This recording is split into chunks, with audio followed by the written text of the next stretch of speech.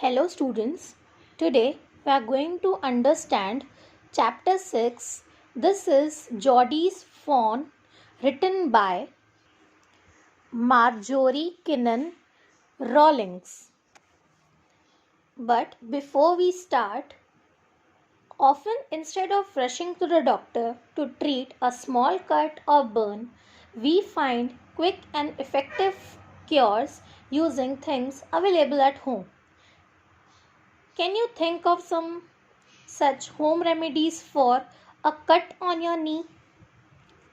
Whenever we get cut on our knee, we apply warm ghee and turmeric or any antiseptic cream. A burn on your arm. Whenever we get burn on our arm, we apply toothpaste, specially Colgate. A bee sting. Whenever there is a bee sting, we apply a black mud or something else.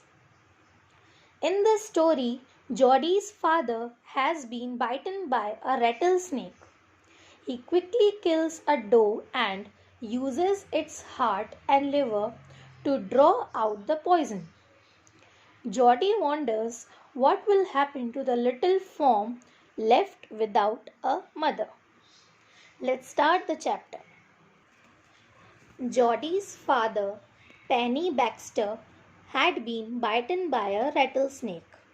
He killed a doe and used its heart and liver to suck out the venom from his wound. The next morning he felt much better, but his son, Jody, felt bad to have left the doe's fawn all alone in the forest. He went to his father and informed him about the need to bring the fawn to the safety of their home. His father allowed him to go on a search for a fawn.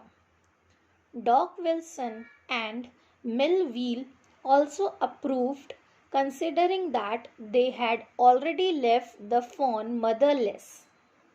Jody's mother, though gave her consent, feared for her son's safety in the forest. Jody went with Millville on his horse, assuring his mother to reach home by dinner. After some time, they reached closer to the place where his father was bitten. Jody wanted to go on further all alone because he didn't want Millville to see his disappointment if they failed in finding the fawn. Contrarily, if he found the fawn, he wanted to experience the joy of it all alone, as he felt that their meeting would be intense, full of emotions, and thus personal. Thus, assuring Millville of his knowledge of direction and his ability to take care of himself, he moved on. When Jody reached the spot where his father was bitten, he found buzzards hovering over the carcass of the dead doe. He also found footprints of cats, and for a moment he feared for the life of the fawn.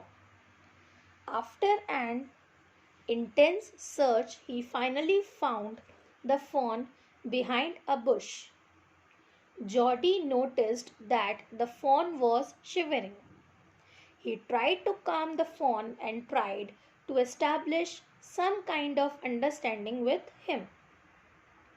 However, though the fawn allowed the proximity of Jody, he did not move. Jody then decided to carry the fawn all the way home. He first patted the fawn and then lightly lifted him. He went around the area where his father was bitten and were lay the carcass of the fawn's mother, fearing that the scent of his mother would make the fawn restless.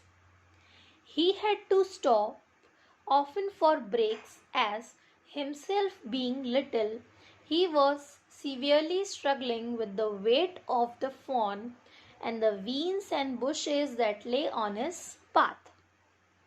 Though Jody's arm had started hurting, he carried on his journey.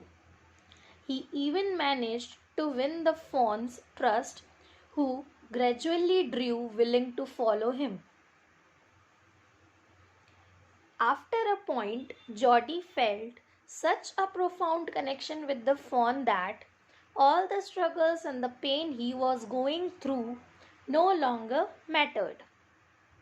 Finally, they reached their destination. The fawn refused to go upstairs, probably sensing the presence of his mother's killer, but Jody carried him to his father, who expressed joy at seeing the fawn. Later, Jody lovingly gave it milk in the kitchen and enjoyed the fawn's trust and love for him. Here your chapter gets over. There are two morals in the story. First one, it is not fair to kill an animal for its use as a cure. And second, we must have pity and love for the animals.